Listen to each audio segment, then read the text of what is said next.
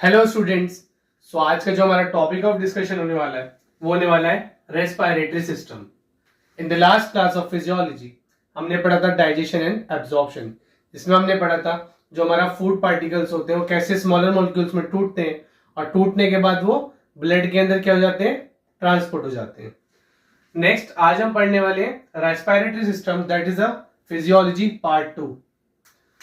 तो जो हमारा रेस्पिरेटरी सिस्टम होता है सबसे पहले हम उसकी डेफिनेशन पढ़ेंगे, उसके बाद हम पढ़ेंगे कुछ मल्टीपल ऑर्गन्स जो हेल्प करते हैं रेस्पिरेटरी सिस्टम को कंट्रोल करने में। Let's start. What is the definition of respiratory system? तो अगर हम बात करें डेफिनेशन की तो it is depending on the process of breathing. ठीक है, ब्रीदिंग क्या होती है? So the process of taking in oxygen from the surrounding and releasing out carbon dioxide from the cells or tissues of the body is known as breathing. अब इस breathing को जो control करते हैं ऑर्गन्स, रिलेटेड ऑर्गन्स, ठीक है, उनके जो सिस्टम होता है उसको हम कहते हैं रेस्पिरेटरी सिस्टम। तो स्टार्ट करते हैं विद द ऑर्गन्स और ग्लैंड्स और हार्मोन्स और कोई भी हम कह सकते हैं पार्ट्स जो इन्वॉल्व होते हैं हमारे रेस्पिरेटरी सिस्टम में। तो सबसे पहले जो होता है वो होता है हमारा नोज। ठीक है, जो हमारी नोज होती है वो सबसे पहला पार्ट होता है रेस्पिरेटरी सिस्टम का, जिसके थ्रू हम सराउंडिंग से ऑक्सीजन लेते हैं। अब जो हमारा ऑक्सीजन होता है ना वो किस फॉर्म में होता है? एयर फॉर्म में, है ना। सराउंडिंग में जो ऑक्सीजन होता है वो एयर के अंदर होता है। अब एयर के अंदर तो बहुत सारे मॉलिक्यूल होते हैं, जैसे nitrogen, oxygen, carbon dioxide, carbon monoxide and other poisonous gases. अब हमारी बॉडी का कौन सा पार्ट है जो एयर में से ऑक्सीजन को क्या करता है? छानता है। ठीक है, तो अब इसकी बात करें तो वो कौन सा पार्ट है हमारा? एल्वियोली। ठीक है, तो लेट्स स्टार्ट। तो सबसे पहले क्या होती है? नोज के थ्रू हमारा ऑक्सीजन बॉडी के अंदर आता है।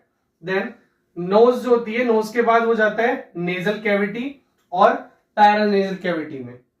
ठीक है, ये बोनी स्ट्रक्चर है। अब जो नेजल और पैरानेजल कैविटी है उसके बाद जाता है ये हमारा फेरिंग्स में। ठीक है, फेरिंग्स जो होता है हमारा वो क्या होता है? एयर पाइप होता है। उसके बाद हमारा लैरिंग्स में जाता है जिसको हम कहते हैं वॉइस बॉक्स। ठीक है, लैरिंग्स के बाद ये जाता है ट्रैकिया में। ट्रैकिया क्या होता है? हमारा विंड पाइप होता है। नेक्स्ट आफ्टर द ट्रैकिया ये कहा जाता है? फोल्डिंग्स में जाता है, जिन्हें हम क्या कहते हैं? ब्रोंकाई। अभी जो हमारी ब्रोंकाई होती है ये क्या करती है? फर्दर और छोटे छोटे, जैसे पेड़ में स्टेम्स होती है ना, जो हमारा पेड़ होता है उसमें ब्रांचेस निकलती हैं, तो वैसे ब्रांचेस होती है इसके अंदर, that is known as bronchioles. अब जो हमारे ब्रोंकियोल्स होते हैं इसमें भी 3 ब्रोंकियोल्स होते हैं, प्राइमरी, सेकेंडरी और टर्शियरी। जैसे ये वाला पार्ट हमारा क्या है? नोज। ठीक है, यहां हमारी नोज होती है। नोज के बाद ये क्या है? हमारी नेजल और पैरानेजल कैविटी। ठीक है, उसके बाद नेक्स्ट है हमारा pharynx, then voice box, larynx, then these are the coiled. ठीक है, इसको हम कहते हैं ट्रैकिया। ट्रैकिया के बाद क्या आता है? हमारा ब्रोंकाई। ठीक है, ब्रोंकाई के अंदर क्या होता है? प्राइमरी ब्रोंकाई, सेकेंडरी ब्रोंकाई और टर्शियरी ब्रोंकाई। ये 3 ब्रोंकाइज होती हैं। देन इससे पास होता हुआ जो हमारा ऑक्सीजन है वो कहा जाता है? छोटे छोटे एल्वियुलर सैक्स में। अभी जो हमारे एल्वियुलर सैक होते हैं इसके अंदर बहुत सारी क्या होती है? ब्लड कैपिलरीज होती हैं, नेटवर्क ऑफ कैपिलरीज होती हैं, जिसके थ्रू जो हमारा ब्लड वीन्स और आर्टरीज है ना, इसके थ्रू क्या होता है? ऑक्सीजन जाता है ब्लड के अंदर। इस पूरे ट्रांसपोर्टेशन मैकेनिज्म जो होता है जिसमें हमारा ऑक्सीजन होता है आरबीसी के अंदर होकर जाता है ना, इसको हम सर्कुलेटरी सिस्टम में बाद में पढ़ेंगे। ठीक है, it is oxygen circulatory system. Next उसके बाद ब्रोंक्यूल्स के बाद वो छोटे छोटे ग्रेप लाइक स्ट्रक्चर बोलते हैं, बलून लाइक एयर सैक्स बोलते हैं, that is known as alveoli, उसके अंदर जाता है। ठीक है, अब जो हमारा एल्वियोलाई है जब उसके अंदर जाता है क्या? ऑक्सीजन, या फिर वहां से कार्बन डाइऑक्साइड बाहर निकलता है। ठीक है, उसके थ्रू। अब वो होता कैसे है? It is done by a semi permeable membrane. ठीक है, हमारी एल्वियोलाई जो होती है उसके अंदर क्या होता है? छोटे छोटे क्या होते हैं? लेयर्स होती है। उन लेयर के अंदर क्या होती है? मेम्ब्रेन होती है। मेम्ब्रेन क्या होती है? जैसे फिल्टर पेपर होता है ना जिससे पानी हम छानते हैं, वैसे ही हमारे जो एक्वा मशीन होती है वो किस पे काम करती है? रिवर्स ऑस्मोसिस में। उसमें भी क्या होती है? रिवर्स ऑस्मोटिक मेम्ब्रेन होती है, ठीक है।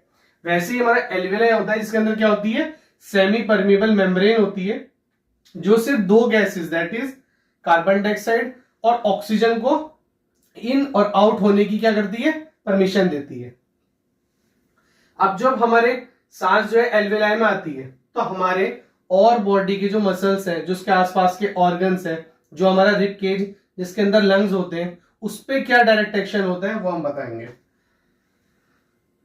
सबसे पहले जब हमारा ऑक्सीजन इनसाइड आता है उसको हम कहते हैं इनहेलेशन, ठीक है। इनहेलेशन का मतलब क्या होता है? जब हमने सांस ली, ठीक है, फिर हमने सांस छोड़ी, that is known as exhalation.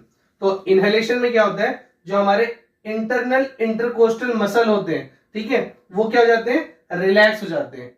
Internal intercostal muscle क्या होते हैं? जो लंग्स के अंदर होते हैं। दूसरे होते हैं एक्सटर्नल इंटरकोस्टल मसल, जो होते हैं वो कॉन्ट्रैक्ट हो जाते हैं, ठीक है, कॉन्ट्रैक्ट हो जाते हैं वो, ठीक है। नेक्स्ट जो हमारा रिब केज है वो अपवर्ड जाता है, ठीक है, एंड आउटवर्ड। जैसे हमारा रिब केज है ये क्या है? अपवर्ड जाता है और बाहर की तरफ जाता है ना। वहीं जो हमारा डायफ्राम है वो फ्लैटन हो जाता है। डायफ्राम कहाँ होता है हमारा? जो हमारे लंग्स होते हैं उनके नीचे होता है, वो फ्लैटन हो जाता है जब हम सांस लेते हैं, ठीक है। वैसे नॉर्मली जो हमारा नॉर्मली रिलैक्स में हमारा ऐसा शेप होता है किसका? डायफ्राम का। पर जब हम सांस लेते हैं ना तो बिल्कुल फ्लैटन सीधा हो जाता है, ठीक है, थोड़ा सा घुमा होता है। जब हम सांस लेते हैं तो फ्लैटन हो जाता है। उसके बाद जो हमारे वॉल्यूम ऑफ थोरैक्स कैविटी, ठीक है, थोरैक्स कैविटी क्या होती है? ये हमारा पूरा थोरासिक रीजन है। जब हम सांस लेते हैं तो इसके अंदर क्या होती है? वॉल्यूम बढ़ जाती है। वही सब कुछ उल्टा होता है किसमें? जब एक्सहेलेशन होती है। तो एक्सहेलेशन में क्या होता है? जो हमारी जैसे ही क्या हमने सांस बाहर की तरफ निकाली तो हमारे इंटरकोस्टल मसल जो होते हैं वो क्या हो जाते हैं? कॉन्ट्रैक्ट हो जाते हैं। नेक्स्ट जो हमारे एक्सटर्नल इंटरकोस्टल मसल होते हैं वो रिलैक्स हो जाते हैं। जो रिब केज है हमारा डाउनवर्ड और अंदर की तरफ जाता है, ठीक है। नेक्स्ट डायफ्राम जो है हमारा वो क्या होता है? रिलैक्स हो जाता है। लास्ट इज जो हमारी थोरेसिक कैविटी है, ये थोरेसिक कैविटी है, ये वापस नॉर्मली क्या है? डिक्रीज हो जाती है, ठीक है। नेक्स्ट हम पढ़ेंगे व्हाट आर लंग्स, ठीक है। लंग्स क्या होते हैं? क्योंकि लंग्स जो होते हैं इनका सबसे ज्यादा रोल होता है। अब बॉडी के अंदर हम कह रहे हैं कि लंग्स जो है वो क्या है? बलून की तरह काम करते हैं। जब सांस आती है तो फूलते हैं, ठीक है, और उसके अंदर एल्वेलाई होती है छोटी छोटी, वो भी फूलती है। अब ये जो हमारी सांस आ रही है जा रही है, इसकी जो परमिशन है या फिर हमारे जो लंग्स है उनको कितना फूलना है सांस लेते हुए, ठीक है, उसको कहते हैं रेस्पिरेटरी क्वेश्चन। ये किन किन फैक्टर पे डिपेंड होता है उसके बारे में हम पढ़ेंगे, और लंग क्या होता है उसके बारे में हम पढ़ेंगे। तो जो हमारे लंग्स होता है वो क्या होता है? Pair of spongy pinkish grey organ, ठीक है। अब हम बात कर लेते हैं कि कहां पर होता है। एनाटॉमिकल पोजीशन देख लेते हैं लंग्स की। तो हमारे जो लंग्स है उसकी लोकेशन कहां पे होती है? It is located in the thoracic cavity. तो ये क्या है? हमारा थोरैक्स रीजन है, ठीक है, टी बन रहा है ना, ये हमारा थोरैक्स रीजन होता है। तो जो हमारा थोरैक्स रीजन है ये उस कैविटी में होता है, either side of the heart, heart के दोनों साइड्स में, क्योंकि दो होते हैं ना, पेयर में होते हैं, तो एक इस साइड में और एक इस साइड में हार्ट के। इनसाइड रिब केज, जो हमारा रिब केज है ना, मस्कुलर रिब केज है, इसके अंदर जो हमारा ये बोनी रिब केज है, ठीक है। Next span from collar bone down the diaphragm, ठीक है। तो ये क्या होती है हमारी? ये होती है हमारी कॉलर बोन, ठीक है। कॉलर बोन से स्टार्ट होते हैं लंग्स यहां से और खत्म कहां पे हो जाते हैं? डायफ्राम में। तो ये इनकी लेंथ बताई गई है। तो ये एनाटॉमिकल पोजीशन है, ये पूछ सकते हैं, ठीक है। Next what are the parts of the lungs. अब जो हमारे लंग्स होते हैं उसके अंदर कुछ पार्ट्स होते हैं जो पूरे रेस्पिरेटरी सिस्टम को क्या करते हैं? कंट्रोल करते हैं। तो सबसे पहले लंग्स का सबसे ऊपर अपर मोस्ट पार्ट जो होता है, ठीक है, इस पार्ट की हम बात कर रहे हैं। इस पार्ट को हम क्या कहते हैं? एपेक्स कहते हैं, एपेक्स रीजन। तो जो हमारा एपेक्स रीजन होता है वो अपर मोस्ट पार्ट होता है, ठीक है। और सबसे ज्यादा यहाँ पर क्या होता है? V/Q होता है रेशियो। अब V/Q रेशियो कभी कभी आता है ना तो हम बिल्कुल कंफ्यूज आते हैं कि है क्या। तो V/Q रेशियो क्या होता है? वेंटिलेशन अपॉन क्वेश्चन, ठीक है। तो वेंटिलेशन मतलब जो सांस है, जो ऑक्सीजन की जो कंसंट्रेशन है वो किस जगह पे सबसे ज्यादा होती है, उसको हम कहते हैं क्या? Perfusion ratio. अब जो हमारा एपेक्स रीजन होता है मतलब इसका सबसे ऊपर वाला रीजन होता है, यहाँ क्या होता है? सबसे ज्यादा एल्विलाई और इंटरकनेक्टेड क्या होती है? कैपिलरीज होती है। तो इसलिए यहाँ पे क्या होता है? सबसे ज्यादा O2 लेवल होता है, ऑक्सीजन लेवल होता है यहाँ पर, ठीक है। नेक्स्ट सेकंड है हमारा बेस ऑफ द लंग, ठीक है। तो बेस जो होता है वो क्या होता है, लोअर मोस्ट पार्ट होता है, और यहाँ क्या होता है, बेसिक गैस एक्सचेंज होता है। मतलब नॉर्मली जितना गैस एक्सचेंज हमारे लंग्स के अंदर होना है ना और पार्ट्स के अंदर, उतना ही बेस होता है। Third part is the lobes. अब जो हमारे लंग्स होते हैं ना, इनके दोनों के जो लोब्स होते हैं अलग होते हैं, राइट के अलग होते हैं, लेफ्ट के अलग होते हैं, ठीक है। जो हमारा राइट लंग है उसके 3 लोब्स होते हैं, ठीक है। मतलब जो हमारा राइट लंग होगा वो 3 पार्ट में डिवाइड होगा, जो हमारा लेफ्ट लंग होगा वो 2 पार्ट में डिवाइड होगा, ठीक है। अगर हम डायसेक्शन करें तो ये क्या होता है, 3 लोब्स निकलता है, और लेफ्ट लंग 2 लोबिक होता है, 2 लोब्स बोलते हैं, है ना। इसको हम ट्राइलोबिक कहते हैं, इसको हम बायलोबिक कहते हैं। नेक्स्ट जो हमारा क्या है, लास्ट इज द प्लूरा, जो क्या होता है हमारे लंग्स के साइड में होता है, कैविटीज में, ठीक है। अब इसका काम क्या है, इसको हम प्लूरल मेम्ब्रेन भी बोलते हैं। It is a double layered membrane, external और इंटरनल दोनों होती है, ठीक है। अब इसके अंदर क्या होता है, फ्लूइड भरा हुआ होता है, प्लूरल फ्लूइड भरा हुआ होता है। अब एक फ्लूइड भरा हुआ है तो फ्लूइड क्या प्रोवाइड करेगा, सबसे पहले लुब्रिकेशन प्रोवाइड करेगा, दूसरा क्या है उसकी सरफेस टेंशन, ठीक है। थर्ड इज उसका प्रेशर को मेंटेन करेगा, वही सब इसके अंदर कर रहा है, ठीक है। सबसे पहले प्लूरल फ्लूइड जो होता है उसका फंक्शन क्या होता है, लुब्रिकेशन प्रोवाइड करना, ठीक है, स्मूथनेस प्रोवाइड करना, कि जो सांस आ रही है जा रही है इजीली हमारा लंग क्या हो सके, इन्फ्लेट हो सके और डिफ्लेट हो सके, ठीक है। Next it act as a cushion, cushion की तरह काम करता है, ठीक है। अब कुशन की तरह क्या, फॉर एग्जांपल हम गिर जाते तो ऐसा थोड़ी होता है कि गिरे हम और गिरने के बाद हमारे जो लंग्स है वो फट गए, ठीक है। हम बोलते हैं ना बलून है, तो अगर गिर गए तो फट जाएंगे, तो इसके लिए उसको बचाने का काम कौन करते हैं, कुशन, ठीक है। That is pleural membrane, outside membrane. Next is it reduces friction. अब ये क्या है, फ्रिक्शन को कम करती है, क्योंकि जब हम सांस लेते हैं ना तो उसके बीच में कोई भी रुकावट नहीं आनी चाहिए, कोई भी स्टॉपेज नहीं आना चाहिए। अगर स्टॉपेज कोई भी आ जाता है ना तो इससे क्या सांस आने जाने में प्रॉब्लम हो सकती है, ठीक है। तो it reduces friction. And last is it creates negative pressure. अब नेगेटिव प्रेशर क्रिएट करना जरूरी क्यों है, जिससे क्या है हमारे लंग्स हमेशा एक्सपेंडेड रहे, क्योंकि अगर लंग्स हमारे सिकुड़ गए ना, डिफ्लेट हो गए, तो सिकुड़ने से क्या हो सकता है, सांस आने जाने में प्रॉब्लम हो सकती है।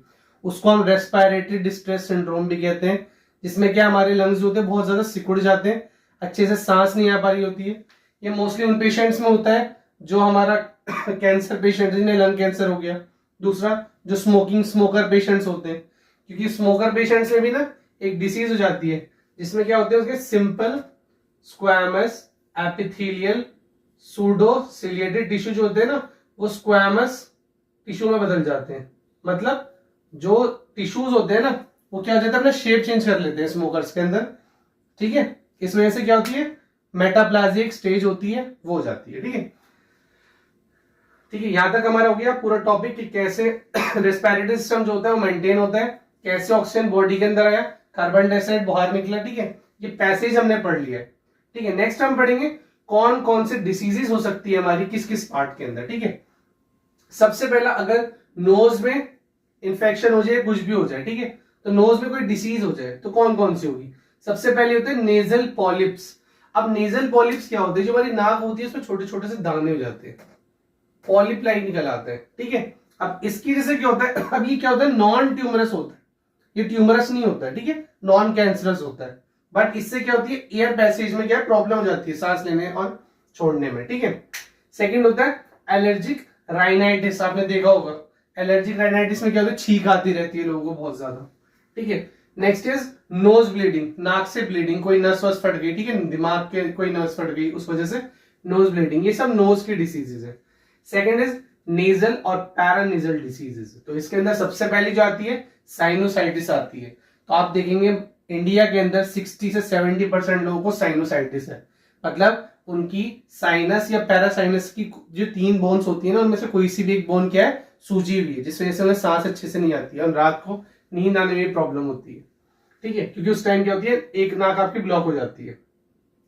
नेक्स्ट इज क्वानल एट्रेशिया, ठीक है, ये एक डिसीज है क्वानल एट्रेशिया, इसमें भी क्या होता है, इन्फ्लेमेशन हो जाती है, ठीक है। नेक्स्ट इज फेरिंग्स, फेरिंग्स के अंदर क्या हो सकती है, फेरेंजाइटिस।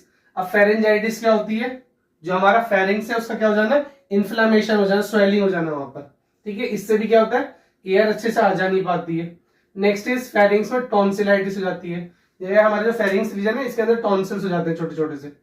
अब टॉन्सिल की वजह से क्या है, गले में प्रॉब्लम होती है, सांस लेने में प्रॉब्लम होती है। ठीक है, नेक्स्ट इज स्लीप एपनिया। ठीक है, स्लीप एपनिया एक बीमारी है जिसमें क्या है, रात को नींद नहीं आती है, आपकी एक नाक बंद हो जाती है। ठीक है, नेक्स्ट जो हमारा लैरिंग्स, लैरिंग्स की भी सेम जैसे फेरेंजाइटिस साइनोसाइटिस होती है वैसी लैरिंग्स अगर सूज जाता है तो लैरिंजाइटिस होती है। और एक होती है ring case oedema. Ring case oedema में क्या होता है, लैरिंग्स जो होती है ना कैविटी, वो क्या हो जाती है, कैंसर हो जाती है, स्मोकर्स में होता है मोस्टली। ठीक है, नेक्स्ट इज ट्रैकिया में कौन कौन सी डिसीज हो सकती है। अब ट्रैकिया में एक डिसीज हो सकती है that is stenosis, that is tracheal stenosis. अब ट्रैकियल स्टीनोसिस में क्या होता है, जो हमारा ट्रैकिया होता है ना वो क्या होता है, सिकुड़ जाता है, नैरो हो जाता है, जिस वजह से क्या सांस लेने में प्रॉब्लम होती है बहुत ज्यादा। उसे हम कहते हैं tracheal stenosis, that is narrowing of trachea. Next is tracheomalacia. Tracheomalacia क्या हो जाता है, हमारा ट्रैकिया होता है ना उसकी जो वॉल्स होती है वो क्या हो जाती है, कमजोर हो जाती है। ठीक है, that is weak trachea. Next bronchi और ब्रोंकियोल्स, ये जो होते हैं दोनों कॉमन एक ही चीज होते हैं। अब इनके अंदर क्या है, कुछ ग्रुप ऑफ डिसीजेस होती हैं जो मोस्टली हमारे एग्जाम्स में आती है। ठीक है, जैसे सबसे पहले COPD, that is, next is asthma. ठीक है, asthma. Next is cystic fibrosis, pulmonary embolism, ठीक है, रेस्पिरेटरी डिस्ट्रेस सिंड्रोम। अब हम एक एक करके समझेंगे कि इन डिसीजेस में हमें क्या पढ़ना है। फर्स्ट इज, ठीक है, chronic obstructive pulmonary diseases, COPD। ठीक है, दैट इज, क्या बताया था मैंने आपको, ठीक है, इसके अंदर क्या होता है, ऑब्स्ट्रक्शन होता है हमारा क्या, पल्मोनरी सिस्टम में। ठीक है, क्रॉनिक होता है, या एक्यूट नहीं होता है, ये होता है बहुत टाइम तक चलता रहता है। ठीक है, it is known as chronic obstructive pulmonary diseases. तो इसमें क्या है, जो हमारा पल्मोनरी सिस्टम है ना वो क्या हो जाता है, उसके अंदर ऑब्स्ट्रक्शन की वजह से काम करना बंद करता है। अब COPD के अंदर बहुत सारी डिजीज आती है। Next is asthma. अस्थमा जो होता है ये क्या, एलर्जिक डिसीज है। ठीक है, अस्थमा में क्या होता है, बार बार क्या होता है, छींके, और क्या होती है, हमें सांस में प्रॉब्लम होती है, जिस वजह से क्या है, हमें ऑक्सीजनेटर ना यूज करना पड़ता है, सांस वाला पंप जो होता है, ऑक्सीजन पंप। ठीक है, नेक्स्ट इज सिस्टिक फिब्रोसिस हो जाता है। ठीक है, नेक्स्ट इज पल्मोनरी एम्बोलिज्म होता है, मतलब जो हमारा पल्मोनरी रीजन है ना, पल्मोनरी रीजन में क्या है, कोई भी फैट मॉलिक्यूल, ठीक है, कोई सा भी प्रोटीन मॉलिक्यूल आके अटक गया, या ब्लड का कोई कंपोनेंट आके अटक गया, ठीक है, उस वजह से क्या हो जाती है, पल्मोनरी एम्बोलिज्म हो जाती है। And last is respiratory distress syndrome, जिसके बारे में ज्यादातर एग्जाम्स में आता है। तो what is this, RDS syndrome, है ना। अब ये डिसीज होती है मोस्ट कॉमनली बच्चों के अंदर होती है due to the lack of surfactant. ठीक है, सर्फेक्टेंट क्या हुआ, एक लिपोप्रोटीन है। तो अगर हमारी बॉडी के अंदर क्या होता है, सर्फेक्टेंट कम हो जाता है, दैट इज लिपिड प्रोटीन। एक एग्जांपल बताया देता हूं मैं आपको एक सर्फेक्टेंट का, दैट इज डाइफॉस्फो, ठीक है, डाइफॉस्फेटिडाइल कोलिन। डाइफॉस्फेटिडाइल कोलिन करके एक सर्फेक्टेंट है, ठीक है, उसकी कमी हो जाती है, जिसमें लिपिड और प्रोटीन जो होता है ना हमारा, ये कम हो जाता है, जिस वजह से क्या होता है, हमारी जो बच्चे होते हैं ना उन्हें सांस लेने में बहुत प्रॉब्लम होती है। इसलिए जैसे ही बच्चा पैदा होता है इस डिसीज के साथ ना, उसको वेंटिलेटर पे डाला जाता है। अब ये अडल्ट को भी होता है, उसको हम कहते हैं अडल्ट रेस्पिरेटरी डिस्ट्रेस सिंड्रोम। ठीक है, तो ये हो गया हमारे एक general brief introduction on respiratory system. ठीक है, अब नेक्स्ट हम पढ़ेंगे व्हाट आर द, कहते हैं ना कि ट्रांसपोर्ट मैकेनिज्म, कि कैसे हमारी जो एल्वोलाई है, एल्वोलाई के अंदर क्या होती है, छोटी छोटी कैपिलरीज होती है, इसके अंदर ऑक्सीजन एक्सचेंज कैसे होता है ना, वो सब हम पढ़ेंगे। तो नेक्स्ट हम पढ़ेंगे कैपिलरी ब्लड रेस्पिरेशन। तो क्या होती है कैपिलरी ब्लड रेस्पिरेशन। तो सबसे पहले ये हमारा स्ट्रक्चर किसका है, एल्वुलाई का स्ट्रक्चर है। ठीक है, जो हमने पढ़ा था ना लंग्स के अंदर एल्वुलाई होता है, उसी का मैक्रोस्कोपिक स्ट्रक्चर बना के आपको दिखाया। तो एल्वुलाई में क्या होता है, देखो ऑक्सीजन आता है, ठीक है, और हमारे टिश्यूज और सेल्स में चले जाता है जिन्हें ऑक्सीजन की नीड है, और कार्बन डाइऑक्साइड जो हमारे ऑर्गन्स और टिश्यूज से आता है वो बाहर निकाल देता है। ठीक है, अब ये प्रोसेस होता कैसे, ठीक है, तो हमारा ऑक्सीजन आया थ्रू रेस्पिरेटरी सिस्टम। ठीक है, ऑक्सीजन कहां आ गया, एल्विलाई में, एल्विलाई के बाद वो कहा जाता है एल्विलर सैक में या एल्विलर वॉल में। तो जो हमारी एल्विलर वॉल होती है ना, उसके अंदर क्या होते हैं, आरबीसीज घूम रहे होते हैं, ठीक है, क्योंकि उसके आसपास क्या होती है, कैपिलरीज होती है, छोटी छोटी सी बहुत सारी इंटरकनेक्टेड कैपिलरीज, उनके अंदर आरबीसीज होते हैं। तो यहाँ पर क्या होती है, एक मेम्ब्रेन होती है जो क्या करती है, हमारे ऑक्सीजन को पार करके क्या करती है, आरबीसीज के अंदर ले जाती है, ठीक है। और आरबीसीज के अंदर कहाँ होता है ऑक्सीजन, वो सब मैं आपको बताऊंगा, ठीक है। तो हमारे आरबीसीज जो है ना कैरी करते हैं ऑक्सीजन को और अलग अलग टिश्यूज और अदर सेल्स में जाके वो क्या करते हैं, ट्रांसफर करते हैं, ठीक है। वैसे ही जो हमारे टिश्यूज और सेल्स हैं वो क्या करते हैं, आरबीसी को कार्बन डाइऑक्साइड देते हैं, जिससे आरबीसी क्या करती है, उसे एल्विलाई के जरिए बाहर निकाल देती है। अब हमें पढ़ना है जो भी हमारा आरबीसी होता है जिसके पास हीमोग्लोबिन होता है ना, उसको हम कहते हैं ऑक्सी हीमोग्लोबिन, और जिनका कार्बन डाइऑक्साइड होता है उसको हम कहते हैं कार्बोक्सी हीमोग्लोबिन, ठीक है। अब हम आपको बताएंगे कि हमारी बॉडी के अंदर कितना, एक आरबीसी के अंदर कितने ऑक्सीजन मॉलिक्यूल्स आ सकते हैं, कितने कार्बन डाइऑक्साइड मॉलिक्यूल्स आ सकते हैं, ठीक है। स्टार्ट करते हैं। सबसे पहले हम स्टार्ट करेंगे किससे, कि हमारी बॉडी के अंदर आरबीसीज कितने, ठीक है। तो हमारी बॉडी के अंदर अगर हम गिने आरबीसीज, तो टोटल नंबर ऑफ हमारी बॉडी के अंदर जो आरबीसीज है वो हम किस में लेते हैं, पर मिलीमीटर क्यूब में, या फिर एक ड्रॉप की बात करते हैं, ठीक है। तो एक ड्रॉप जो हमारा आरबीसी होता है उसके अंदर कितने होते हैं, 4.5 से 5 मिलियन तक, ठीक है। तो हमारे 1 mm³ या फिर एक ड्रॉप के अंदर 4.5 से 5 मिलियन, लाख की बात नहीं कर रहा हूं मैं, कह रहा हूं मिलियन, दैट इज 45 लाख से 55 लाख आरबीसी होते हैं।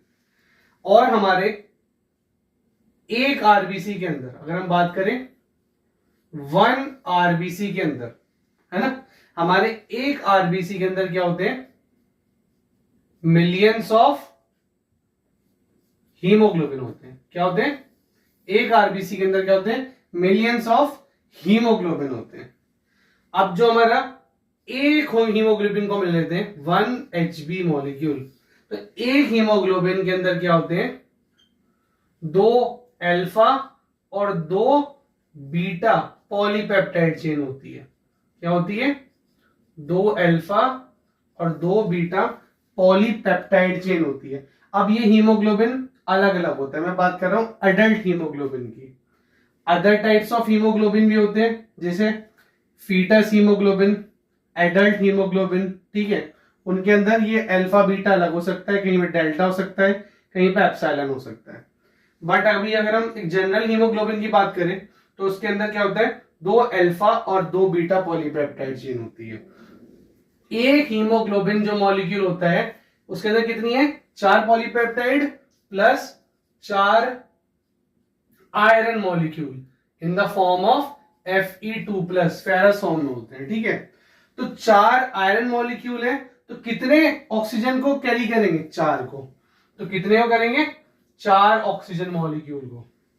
तो इससे हमारा निकल जाएगा कि एक आरबीसी के अंदर कितने ऑक्सीजन मॉलिक्यूल कैरी होते हैं। तो इसको कैलकुलेट कर लेते हैं। एक एचबी के अंदर हमारे 4 ऑक्सीजन मॉलिक्यूल हो गए, ठीक है। ये क्वेश्चन आता है इसलिए समझना अच्छे से। और एक आरबीसी में कितने होते हैं, मिलियंस ऑफ क्या होते हैं, एचबी होते हैं, है ना।